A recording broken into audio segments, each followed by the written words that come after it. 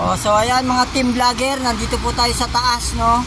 Kung saan si vlogger po ay nagtatrabaho ng bagong trabaho. So ayan, na ano tayo ng scaffolding. Ayan po yung scaffolding na ginawa natin. Ayan. Ayan. So andito po tayo ngayon sa taas. Ayan, kung makikita nyo, nasa taas tayo. So ayan yung arko na gagawin pa namin sa likod. Na nakikita nyo yung papayo na ganyan. Yun po yung ipipinis namin sa isang araw. So mamaya po bibiyahe kami ng Pampanga.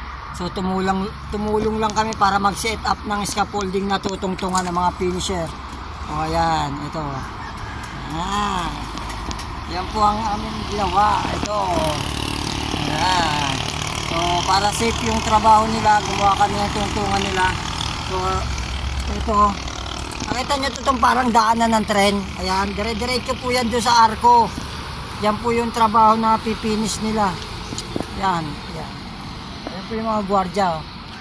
Baka makita tayo, tanggal na tayo sa trabaho. Ayan, so ayan po. Yan lang po ang ulat ni vlogger ngayon. So abang-abang po, mamaya-maya palis kami. Siguro mga 2 or 3 papunta kaming Pampanga. So dun muna kami mga ilang araw para mag-set up. So babo muna mga team vlogger dyan, yung mga team vlogger natin.